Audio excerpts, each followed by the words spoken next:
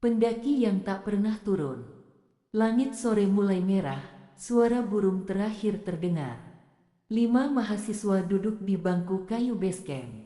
Penjaga gunung, seorang pria tua dengan wajah penuh keriput, menyalakan rokok. Tatapannya lurus ke arah mereka.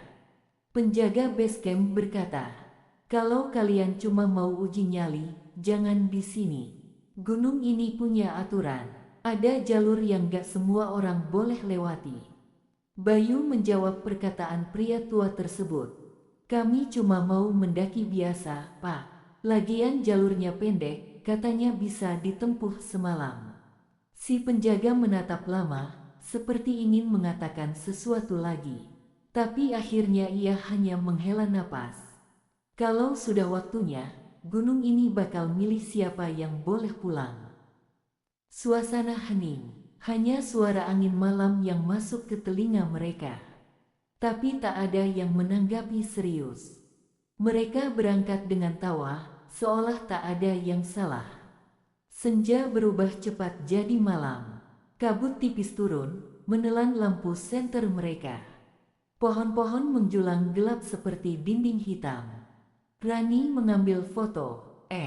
Cakep nih. Kabutnya bikin kayak film horor. Tommy menertawakan, sementara Andra menatap sekitar dengan wajah pucat. Andra berbisik, "Kok gue merasa kayak ada yang jalan di belakang kita?" Fajar menoleh, "Mana ada, jangan bikin takut." Namun ketika mereka terus berjalan, suara langkah lain memang terdengar samar. Setiap mereka berhenti, suara itu ikut berhenti. Kemudian, Rani menyorotkan senter ke pohon besar berlumut dengan cabang melengkung. "Rani, tunggu, bukannya tadi kita sudah lewat pohon ini?" Semua terdiam. Bayu mencoba menenangkan dengan logika, tapi di wajahnya sendiri ada keraguan. Malam pertama, mereka membuat api unggun kecil. Kabut tetap tak menipis. Hutan begitu sunyi, tak ada suara binatang malam. Rani memeriksa kameranya. Saat diputar, wajahnya langsung pucat. Di rekaman, terlihat bayangan seseorang berjalan di belakang mereka saat mendaki tadi. Rani gemetar. "Kalian lihat gak? Di belakang kita ada orang." Semua berkumpul. Layar kamera jelas menampilkan sosok gelap yang tak ada di mata mereka sebelumnya. Suara tawa lirih terdengar dari kejauhan. Andra menutup telinga, tubuhnya gemetar hebat. "Andra, Bang, sumpah, tadi ada yang manggil nama gue, suaranya pas banget di telinga gue." Bayu mencoba tegas, tapi suaranya sendiri terdengar goyah. "Jangan dengerin, itu cuma halusinasi. Tidur aja, besok pasti ketemu jalur." Namun malam itu terasa panjang.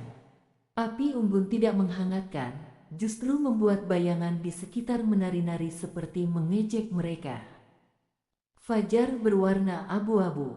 Rani bangun lebih dulu, lalu menjerit keras. Tenda Bayu kosong. Semua barangnya tertinggal, seolah ia menghilang begitu saja. Mereka mencari jejak dan menemukannya berhenti di tepi jurang yang penuh kabut. Rani menangis. Gak mungkin Bayu lompat sendiri, gak mungkin. Ia memotret jurang itu dengan tangannya yang gemetar. Saat hasil foto dilihat, terlihat Bayu berdiri di seberang jurang. Wajahnya pucat, matanya kosong, tubuhnya kaku. Fajar terbelalak, itu Bayu, atau sesuatu yang nyamar jadi dia. Malam kedua mereka kini hanya berempat. Tommy berusaha mencairkan suasana dengan bercanda. Tapi suaranya tak mampu menutupi ketakutan yang makin menebal. Suara ranting patah terdengar jelas. Langkah kaki berat mendekat. Semua senter diarahkan, tak ada apa-apa. Namun rekaman kamera Rani menunjukkan bayangan hitam tinggi besar berdiri di belakang mereka. Andra menutup telinga. "Berhenti, gue gak tahan." Suara itu terus manggil gue. Malam itu, Tommy menghilang. Hanya sepatunya yang ditemukan di tepi sungai kecil, penuh lumpur. Tak ada jejak kemanapun. Pagi berikutnya, Fajar menemukan buku lusuh di tanah. Halamannya basah dan berlumut. Fajar membaca pelan, suara bergetar. Kami salah masuk jalur. Suara-suara itu terus memanggil. Satu persatu hilang. Mereka masih di sini, tapi bukan lagi manusia. Rani terisak. Andra menjerit, menunjuk kabut. Terlihat siluet Bayu dan Tommy berjalan perlahan. Wajah mereka kosong, matanya gelap pekat. Mereka tak bicara, hanya menatap. Malam terakhir, kini hanya tersisa Rani dan Andra. Rani terus memotret, setiap gambar menunjukkan lebih banyak sosok asing berdiri di antara pepohonan. Mereka semakin mendekat. Andra tertawa miris, matanya sayu. Mereka panggil aku mau ikut, aku gak mau sendirian. Ia berlari ke dalam kabut, lenyap tanpa suara. Rani mencoba mengejar, tapi jalannya berputar-putar. Nafasnya terengah. Ia jatuh terduduk, menyalakan kamera terakhir kali. Rani menangis di kamera. Kalau ada yang nemuin ini, bilang ke orang tua kami gak pernah turun, kami masih di sini bersama mereka. Suara langkah kaki ramai terdengar, seperti puluhan orang mendekat bersamaan. Tawa pelan bercampur bisikan menutup adegan. Kamera terjatuh, layar gelap. Beberapa minggu kemudian, tim SAR hanya menemukan kamera Rani. Isinya adalah rekaman terakhir itu. Tidak ada jasad, tidak ada barang lain.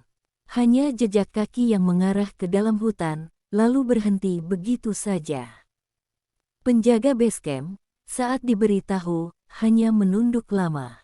Dengan suara lirih, ia berbisik. Jalur itu bukan buat manusia.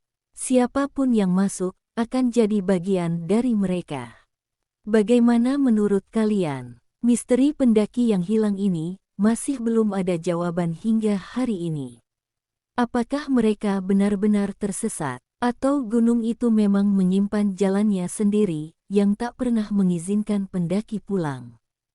Jika kalian suka dengan cerita ini, jangan lupa tekan tombol like, subscribe, dan bagikan video ini agar semakin banyak yang tahu kisah menyeramkan di balik jalur pendakian. Sampai jumpa di cerita horor berikutnya, kalau kalian masih berani mendengarnya.